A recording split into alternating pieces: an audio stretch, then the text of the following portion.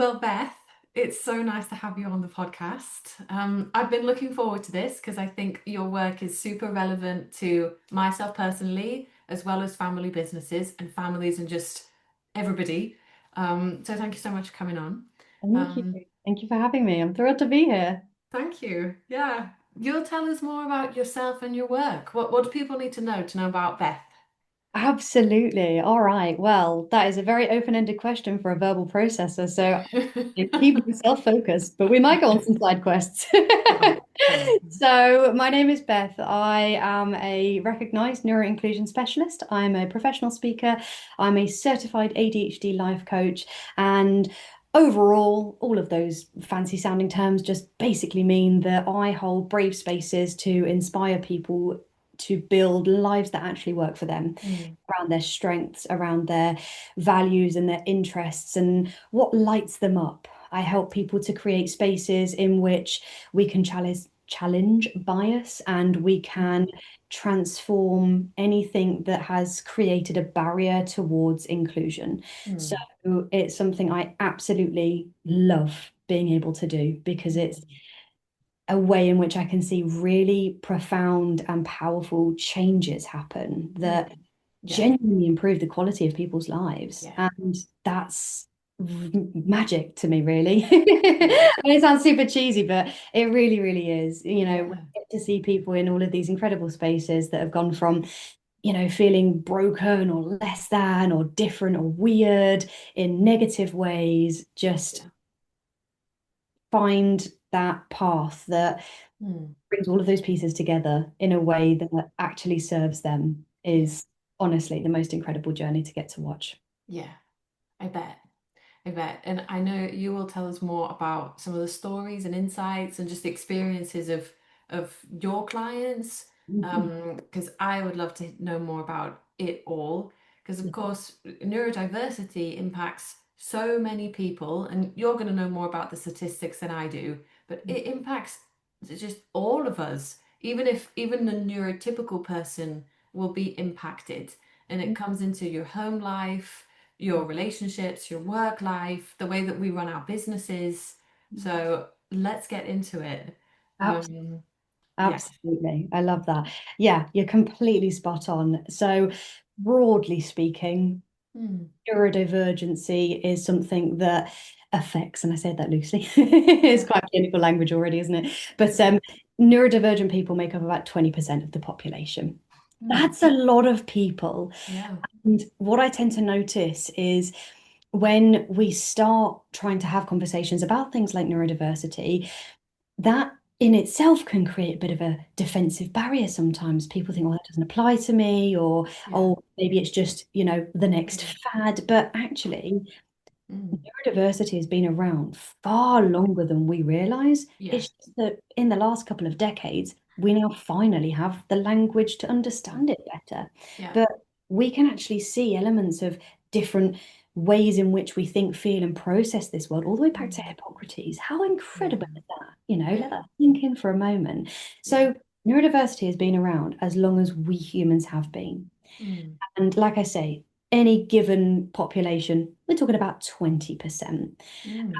One of the really exciting things I absolutely love being able to do is helping people to understand that it's not something we have to approach with caution. It's not something that we have to find challenging or negative or Hmm. problematic. Yeah. Because it's something that when we understand it and we can find the right language to connect and build those Hmm. bridges across Hmm. those gaps, it can be Hmm. really, really powerful. It Yeah. can increase people's productivity in a workplace. It can improve quality of a relationship. It can Yeah. improve so many different aspects of Hmm. every single person's life. Hmm. When we can start removing some of those barriers and bias, it can be a Hmm. very powerful space. But Yeah. I also appreciate it's something that without these spaces can feel a Hmm. bit, oh my Yeah. goodness, what does Yeah. all of it mean? Yeah. Yeah. Definitely. I mean, the way that it comes up for people, Mm. I think you word it really well of just Thank the absolute extent to which it's there present in everyday life. And I'd love to talk more about the ways that families and family businesses will work with each other and include each other, and the way that sort of a person's neurodiversity might come up into the family business. Do you want to say more about that? Your experience? I can definitely fire away with some more questions too. So, Oh, absolutely. All of the things. I love it. Yes, 100%. So I think one of the things that I find really interesting is to look at the factors and features. And what I mean by that is some of the features that we can typically tend to find in neurodivergent strengths and profiles are very closely aligned with entrepreneurship. So, what that basically means for us on a day to day is that if you are neurodivergent, you're a heck of a lot more likely to mm, also be an entrepreneur. And what yeah, do entrepreneurs do? They make business. yeah, They create solutions to problems that they can yeah, see in their world. yeah, So, what that then means for us on a day to day is that if you run a business or mm, you're in a partnership running a business, mm. it is a lot more likely Oh yeah, realizing that you might also have neurodiversity in the mix there as yeah, well. yeah, So, what then does that mean for us in yeah, terms of how we're dealing with that? Well, essentially, it means that you might have multiple different languages yeah, operating in the mm, space. mm, Not necessarily wrong or right, it's not yeah, that binary, yeah, just two very different ways of approaching something. yeah, And if you don't understand that, yeah, with that level of difference, we mm, might start seeing conflicts. And sometimes that conflict can present in lots of different ways that might feel, I don't know, yeah, intentional, yeah, hurtful, yeah, painful, uncomfortable, mm, personal. yeah, So then when we actually look at that within those sort of family units, it's no mm, wonder that yeah, it can be something really challenging in lots of yeah, different intimate ways. And I don't yeah. think we're having big enough conversations about that. I don't know, what do you think in your line of work? I think it's so prevalent, and I Mm, think that you touch upon something really important, that if people don't know about it, or they don't have the language, or they might be aware that something is going on, but they can't put their finger on it, or they don't know, and they wouldn't have never thought neurodiversity might be the thing that kind of comes between people, if it is going in between people. mm, um, they wouldn't know. And I think there's so much misunderstanding. And as I say, I think you put your finger on the conflict part, because if mm, people are having different languages, if they're using different words, even for I have this idea, please can we run with it over there. um, for one example, I know, you know me, an entrepreneur, and I have dyslexia and dyspraxia. I will come up with ideas all day long, yeah. and I work by myself, Mhm. but people in my life, like my own family, they almost just accept it now that, okay, Lily's got an idea, and I don't want them to take it seriously. Mm, Not every time. I think let me share these ideas and let them go nowhere. yeah. And now my family have been coached into understanding this about me. But if I was in a business and with my partner and they didn't know that, I could totally see how they would go, like, hold your horses, put your feet back on the ground, because we can't go with every single idea. Yeah. It's just one of many situations. Yeah. And in those types of situations, thank you for sharing. That's really courageous. That can very quickly become something in which both parties suddenly Mm. don't feel seen, heard, or valued Yeah, because you yeah, might be there living your best life, having these yeah. incredible, fantastical thoughts and visions, and with your, possible pattern recognition skills, connect it to something that you're doing right now. So there's the Yeah, relevance that makes sense to you, but yeah. to someone else, this looks perhaps Mm, more scattered or more mm, kind of way off the bat of what you guys were trying to achieve. yeah. Um, but for you, it makes sense, and for you, it's an Mm, idea, and you're just mm, enjoying the kind of the hypothetical yeah, possibilities of what that might look like. And then all of a sudden, on the other side of things, it's, whoa, well, that doesn't make sense, and that's yeah, totally different to what we were just speaking about. And yeah, how could you have that idea when we're trying to mm, focus on this? So yeah, you obviously don't care about that. I've heard a lot. yeah, And all of a sudden, it's like, oh, ouch. You are now accusing me of not caring about what I'm doing because my brain had a different way of processing and yeah, connecting thing and running Mm. away with an idea for a bit that gave me a bit of joy and possibly even a bit of dopamine, which might then have actually fueled Yeah. needed to come back to this task. Yeah. Yeah. But in the middle, suddenly Yeah. you're feeling criticized. Yeah. No one gets what they need or want, and then you've got a rupture Yeah. and no roadway to repair. Absolutely. Absolutely. The rupture is so real. And Mm, what kinds of language will you give to your clients? Or even if there is language that you'll give to them, I wonder how you might create that structure to go about to talk about exactly this. yeah, yeah.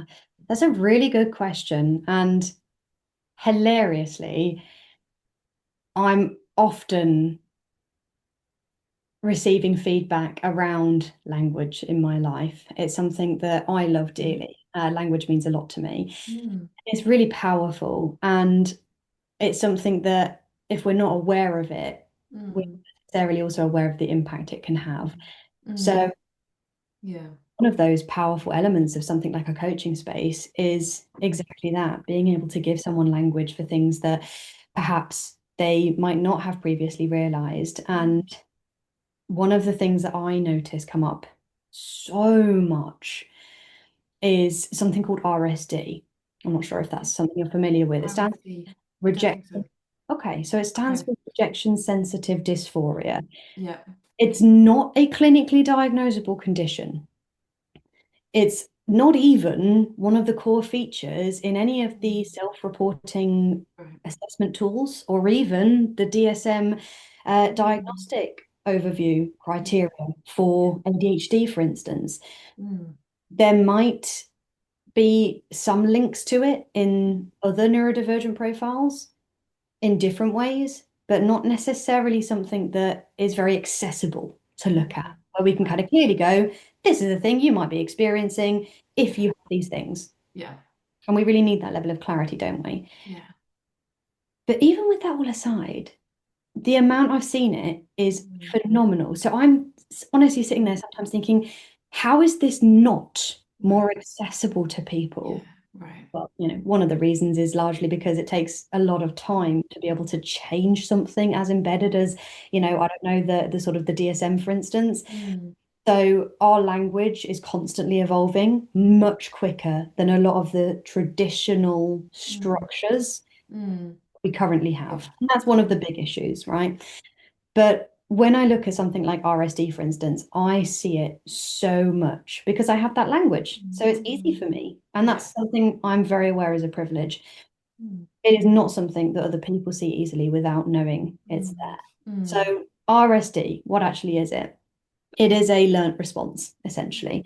mm, So it looks different for different people and it presents differently in different spaces as well. Depends on if you mask a lot, it depends on if you're yeah. compensating for different challenges in different Mm, spaces. It depends on how self-aware you might be about some of your challenges and the way that they might look in mm, different sort of areas of your life. mm, But yeah. generally speaking, RSD is that really painful response to Mm, real and perceived mm, rejection. And right. that's the kicker. You Yeah. might have even been rejected Yeah. in that moment. Yeah. If you, for a split second, feel that you might have been, Yeah. It's there. then that It's can there. trigger the same response. Yeah. And that's phenomenal because then if we Mm, actually look at how that shows up, it might look like creating conflict. It might look like avoidance. It might look like mm, explosive behavior. It might look mm, like shouting. It might look yeah. like shutting down. It Yeah. might look like completely kind of imploding and becoming Mm, disassociated. So mm, many different ways in which this might show up. yeah. Yet on the outside, if we don't have this language for it, Mm, the yeah. most common way it's often described is, oh, they're being so difficult. Yeah. Yeah. Totally. Yeah. So Yeah. And huge very misunderstanding. Yeah. exactly. We've just Yeah. misunderstood Yeah. that person having a Mm, difficult time for mm, being difficult and problematic. yeah. Yeah. And that narrative suddenly Yeah. encourages that person to internalize it, Yeah. i.e., oh, I must be being difficult Yeah. because the person's telling me that I'm being difficult. Yeah. When It's another actually, rejection to be, it just goes round and round and round and round.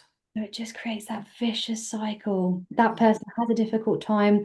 The other person yeah, is also having a difficult time, yeah, yeah, because they can't interpret this understanding. yeah. So then they express it in that way. That way creates another sense of rejection. Mm, Rinses, repeats the cycle for them and yeah, just keeps eroding that sense of trust, that connection, yeah, that gap in the middle. yeah. So that, in my experience, has been a really powerful Mm, that helps to give a lot of language yeah, and understanding yeah, to certain situations. yeah. There's so many others I can think of, but being aware of time, I'll sort of pause to check in and see Okay. if there's anything that comes up for you that you're Yeah. thinking about. I guess, I mean, so much Yeah. comes up. But I think one of the things is that when people are aware Mhm. and they have some kind of understanding, and then a word gets to slot in with it. And now you've got a tool for communication. Um, but Mhm. also it's so helpful for somebody who might have, was it RSD, Yeah, for that individual, but not only for them, for the other individual who's kind of in that dance in the relationship, who we might call the neurotypical person or just the person without RSD. It's so beneficial for them also to understand because now they know how to interpret, and then the relationship doesn't have to risk having that fracture. So I think that this is applicable and important to everybody. absolutely. Everybody. Absolutely. Exactly that. And then when you have that level of understanding, it gives you space to practice self-compassion. And that's another thing that I think is really powerful in terms of Mm, and strategies to be able to mm, guide people through. yeah. Because when people are having a difficult time, it's Mm, also more than likely that they're giving themselves a difficult time about having a yeah. difficult Sure. time. Yeah. And then it Feelings about becomes feelings. Like, matrix of bad feelings yeah. squared, and it Yeah. can get really spirally and really Mm, yeah. catastrophizing, sort of styled really, really quickly. Mm, So then we get mm, to sort of say, right, now that we've got the understanding, now that mm, we know, for instance, what is happening in terms of those responses and reactions, yeah. what can we then do about it that's Yeah. to be helpful and valuable and productive for you Yeah. moving forwards? Yeah. And self-compassion is often something, Yeah. again, very powerful that, Mm. in my opinion, gets overlooked a lot. Compassion. Yeah. Yeah, Definitely. absolutely. Yeah, people Definitely. come and say, what strategies are there? What can I do? Yeah. What tool can I have? And Yeah. for me, self-compassion is one of the Mm. most powerful. Mm. I think a lot of people tend to sort of see that in a bit of a, oh, I'm just Mm. soft on myself. I can't do that. Yeah. Actually, there's a No. different Yeah. perception, definition. I'm not quite sure what the right word is here, but it'll come to me. Yeah. But there's something Yeah. completely different when it comes to actually understanding what self-compassion really Yeah. is, Yeah. and it is such a powerful tool in those moments. Yeah. Definitely. I think Mm. having compassion for like oneself and others, and the grace is a word that I love and use a Yeah. lot. I Hmm. think it is so game changing. Like it's more than something that's done. It's it's more than a habit to start implementing. Like it's really a way of life Yeah. to treat somebody with compassion. It's like a core value. Yeah. I quite appreciate how you mention the tools and techniques and strategies because I think there is a place for it. Yeah. But I think this work is it's more than a tip because I don't do tips and techniques and like Hmm. quick wins because you think it's a little bit more complicated and complex and than that. Um, Absolutely. I agree. I completely agree. And I think sometimes there's certainly something here about managing expectations that becomes really important. okay. So, Mm, when people are kind of coming into that space with that kind of mm, a yeah. perhaps or even an expectation, Right. it's a little bit like asking for a plaster for a broken leg. Yeah. I can give you a plaster, but not really sure how much work that's actually going to do towards Mm, healing that broken leg in terms of, the urgent triage and care that you'll yeah. need, as well as that healing Mm, process, yeah. which requires, rest and patience Mm, and being compassionate with yourself in that yes. process. Yes. Yeah. Mm. when it comes to managing people's expectations and then the understanding that is had in place, I suppose, in order to set an expectation, um, talk to me about that, because I also feel like expectations will be really linked in with roles and responsibilities, which I know is a really like overused, like roles and responsibilities, like Hmm. Hmm. keywords. Yeah. Um, but I think there is something when people know what to expect in terms of what's mine, what's yours, like what do I take care of, what do you take care of, then it all really helps. It falls into place. Um, Also with that, we mentioned the strengths earlier. Like strengths is already a word that's been used. So how do you navigate this with your clients and yourself and people in your life about being strength based in Yeah. order to set roles and expectations? Really good questions. And with my questionable working memory, you may have to remind me of one or two of them. Okay, sure, So let's sure. go. Yeah. Let's do. Let's That was a long question I asked. So There was some multiple parts there. Went for yeah. it. Amazing. So when it comes to managing expectations and its relevance to roles and responsibilities, and I'm also going to add to that as well, Mm, I think there's another piece here that, again, isn't often talked about as much as it could be, and that's also to do with identities and beliefs.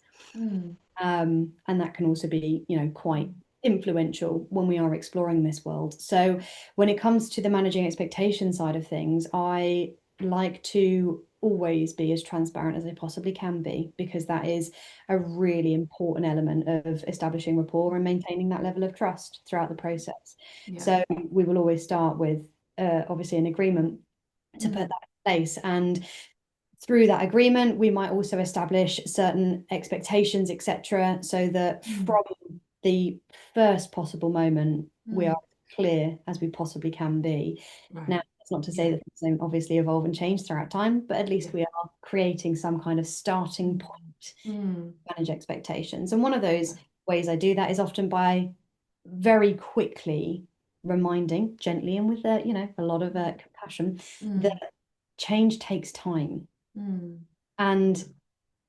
that is really important to Mm, regularly check in on, mm, because mm, often what I notice, especially with, the high performing, entrepreneurial, sort of business mm, orientated, yeah. perfectionist type Yeah. individuals, is that we Mm, can all sit there and be like, yes, absolutely, I can intellectualize that change mm, takes time, that's fine, but mm. also I need that done yesterday. I know. I know. Right? Yeah, it takes time. So So by Friday. by Friday is fine at lunchtime. Yeah. And So true. Yeah. Yeah. and I mean, I first absolutely adore the optimism Mm. that comes with the people that you and I work with. It's Yeah. phenomenal. I think, gosh, I'm just so in awe that you think, or at least a part of you thinks, that Yeah. you can do three assignments, I a know. collaboration, bake a banana bread, and do the Yeah. cleaning in 3 hours. I Yeah. mean, wow. But the reality is that we often haven't stopped to think about, okay, what's realistic? I know. Yeah. What do these things look like? Because Yeah. we've grown up having these Yeah. enormously huge expectations that we Mm. should just be able to do these Yeah. things. Yeah. And that brings me quite nicely onto Mm. one of those, I suppose, key things Mm. that helps me identify when we might Mm. be jostling with either a limiting Right. belief or an expectation. Yeah. And again, very much linking it back to language. If I hear the word should or need, Okay. particularly should, Yeah. I'm getting curious. I'm like, oh, that's Mm. interesting. Where's Ah, where's that coming yeah. from? Should be Yeah. better at this by now, or this Yeah. should have been done by then, or I Yeah. need to be Mm. better at this, for Mm. instance.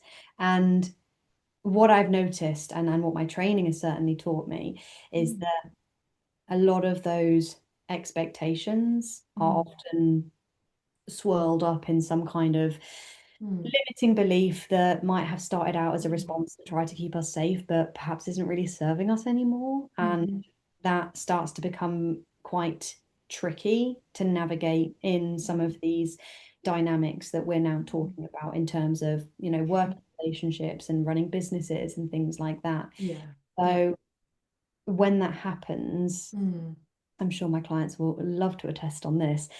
We pause to get curious if it's an appropriate Mm. moment to do so, to Yeah. see, oh, that's interesting. Where did that thought process come from? Yeah. Yeah. You know, what has you thinking this way? Yeah. Yeah. And when we create that space to pause and reflect, we can Mm. very quickly kind of generally tend Mm. to figure out, where it's come from, whether Mm. it's something that serves us, whether or not we need to Mm. challenge it and reframe Mm. that belief. And Yeah. that's when strengths alignment starts coming in, Yeah. because generally Yeah. neurodivergent systems are what we call interest based. And so that Mm. basically means that Mm. our motivation is Mm. pretty much entirely dependent on Yeah. alignment. Yeah. So, Yeah. context for neurotypical systems, Yeah. they're a little bit more linear, let's say, very Okay. loosely, which Okay. means they can do something because it's important. Oh, look at this important thing. Okay, I'll do it. Mm. Mm. Yeah. Magic, wonderful, Yeah. amazing. And a neurodivergent person might look at the thing and go, oh, that's important. Oh, these things also feel important. That's a Yeah. bit overwhelming. Oh, that's interesting. Oh, I'll go and do that The first. interesting thing. Yeah. Yeah. Which I think Um, can be really challenging to work with. Like, I understand how if you are the brother or the sister or the husband, whoever, and you are looking at your partner who's doing the thing that they find interesting, Mhm. you could easily start resenting that kind of behavior. So, Absolutely. yeah. Absolutely. I mean, I'll also let you into something. The Mm. people with these kinds of behaviors can also get frustrated Yeah. by themselves. Yeah. So, I completely sympathize that it Yeah. must be infuriating at points Yeah. to be observing Yeah. this As well. Yeah. and thinking, we've got deadlines to meet Yeah. here. Yeah. What are they tinkering around with that project for? I Yeah. mean, we've got all these things we said we were doing, and now Yeah. suddenly they've gone off and, I don't know, created a new line of Yeah. coffee stickers or I something know. like Yes. Yeah. which is really tricky to try and navigate, Yeah. because For then everyone. you've also got things like RSD in the mix. How do Mm. you approach that? Yeah. How do you approach that conversation to say, hey, absolutely love what you're doing, and you said But you're doing this thing, yeah. so Yeah. how's about we get back to that Yeah. without that potentially creating, what can sometimes feel like a war, right? Yeah. Yeah. So really tricky, really, really Mm. difficult. Yeah. So working strengths aligned can Mm. be really, really useful, because Mm. then it enables you to have a greater level of understanding of Mm. where is this person going to thrive? Where is this Mm. person Yeah. going to make their Yeah. best work, or create the Yeah. most amazing things? And Yeah. where can other things Mm. like external support, or Mm. other types of, scaffolding, let's call it, that we Mm. could put in place for the Mm. areas that's going to Yeah. help the person get these things done. Yeah. So then you're not having mismanaged expectations of Mm. this person getting something done, Mm. when actually the Mm. expectation of them being able to do that thing without Yeah. certain support mechanisms is probably Yeah. quite unrealistic. Yeah. Yeah. Definitely. I love it that you say about strength based and figuring these things out, like literally learning it and being curious. A part of me actually got really excited because I think it is so important in the Mm, sense that when people know about themselves and others, and it's just self-awareness is risen up, mm. then the ways that things could actually work so efficiently, Oh my I goodness. think it is an absolute thrill Yeah. to see. And of course, because a lot of my work will be about resolving conflict, but also avoiding conflict. Do you think this is it? Like, this is exactly the work to try and navigate so that people are able to work better and aligned and enjoying their work together, and then there is no conflict does not develop. It's conflict prevention as Yeah. well.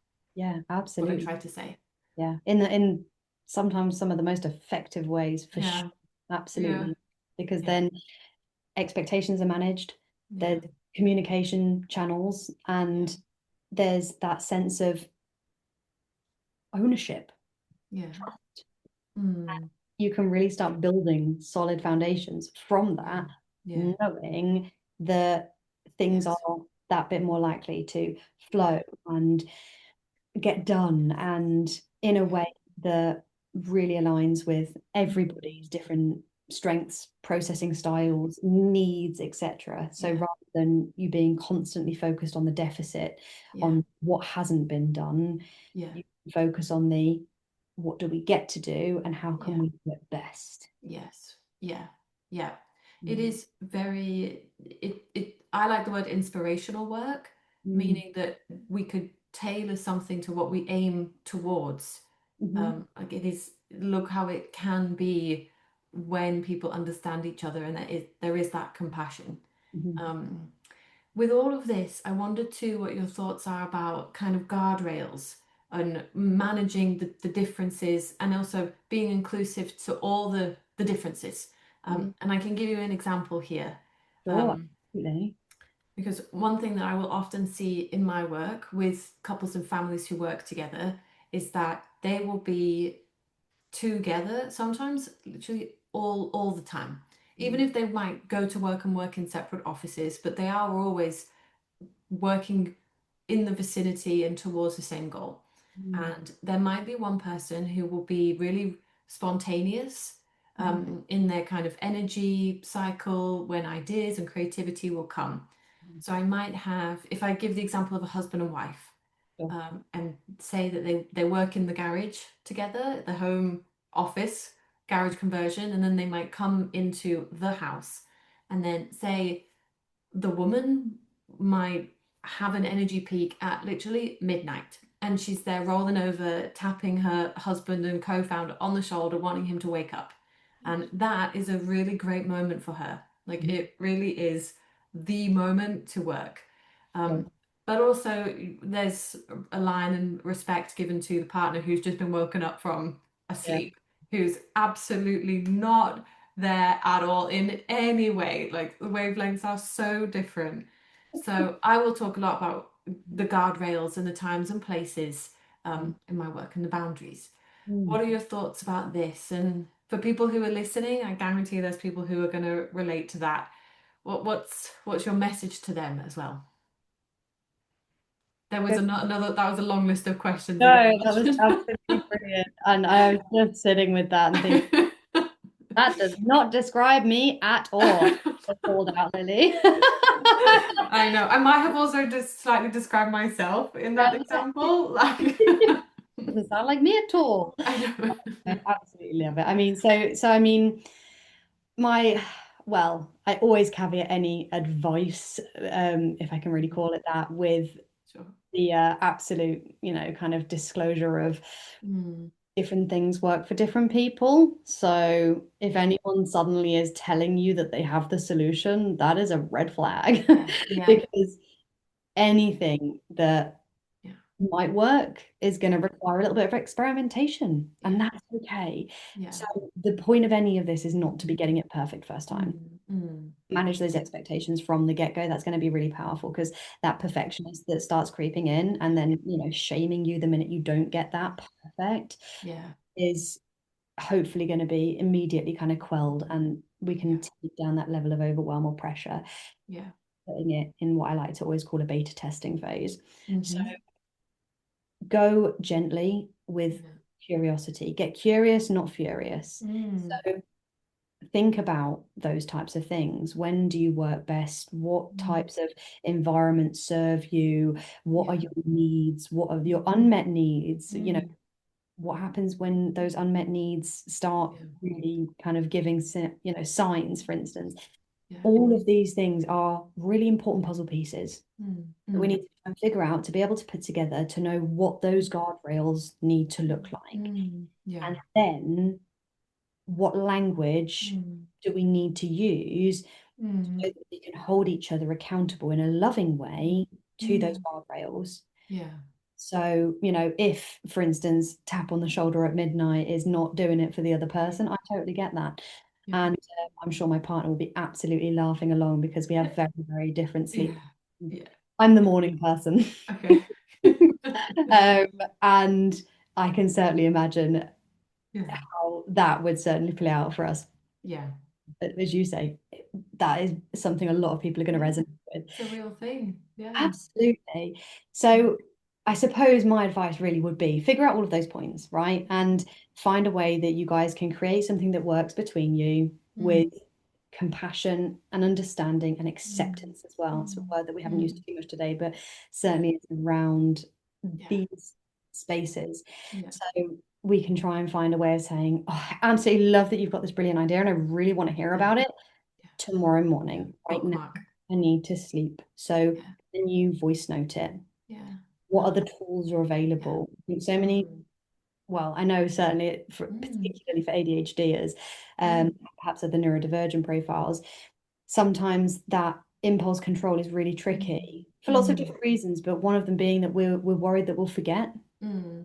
It's got to come out now, Yeah, right? yeah. So, okay, how can we work with that? How can Mm, we create some kind of framework where you're going to get it out mm, and mm. contained so that you can come back to it later if need be and if it's relevant? Yeah. So, really good example. I was doing exactly this with a client, and they, whatever we kind of explored, just didn't really quite hit the mark. Fair enough, that's okay. That's Mm, why we experiment mm. with it. Yeah. Takes time. Yeah. Um, had the Christmas break, saw them again recently, completely different energy. And I was like, wow, this is really exciting. I'm Yeah. noticing this huge shift in energy. What do Yeah. you think that might be? Yeah. They basically explained that over the Christmas break, they had figured out that if they use AI to put Ah, their ideas yeah. out there, Mm, it can save it for them. They can come back to that chat, mm. add to it, and Yeah. it's there. So it basically externalized their working memory. They Yeah. could access it as and when they needed to add Mm, those random thoughts, mm. impulsive bits that kind of came in. Yeah. In doing so, it just completely shifted their energy because Yeah. they weren't having to spend so much energy constantly trying to think about all of the things they were scared of forgetting. Yeah. It's an Yeah. exhausting place to be, right? Yeah. Yeah. And instead, they were able to think about that. Now, I'm not super techie. So this person, very, very Mm, techie, very, very mm, technologically proficient, comes up with the most amazing things. mm, If I don't have that level of insight, I wouldn't have been able to come up with that idea, which is mm. exactly why a coach should never be able to tell you what Yeah. to do. Yeah. Yeah. Be able to have ideas and insights and even observations. But, Mm. that's why it's so important to be able to build up those Yeah. abilities to figure out what works for you. Yeah. So in that way, can we draw from that and think, right, what would work for me? Do I need a notepad by my bed? Do I need to voice note at the end of the day? Do we need Yeah. to create some kind of designated time in the week somewhere to go through, I don't, Beth's Mm, magical midnight mm. ideas, like, and give space to let that exist Yeah. and to Yeah. celebrate that, just maybe not while the other person's trying to sleep, because that's Yeah. what they need in that moment. So Yes. how can we honor each other's Them. things Yeah. whilst also meeting needs? Yeah. Yeah. Exactly. And I'm really hearing about like problem solving, being actually really creative. Mhm. And I really, really respect and appreciate what you say about the coach or the therapist or the consultant, whoever that might be, not having all the answers, because indeed we don't. I would never have come up with the AI Right? example either, like exactly like yourself.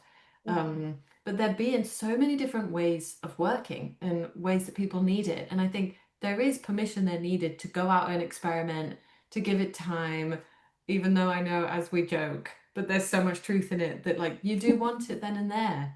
Like particularly entrepreneurs are like we have a tendency to want it to be done yesterday. Mm. Um, Absolutely. And also the respect for the other person to kind of say, that's my way of working, this is yours. How can I not accidentally trample on somebody else?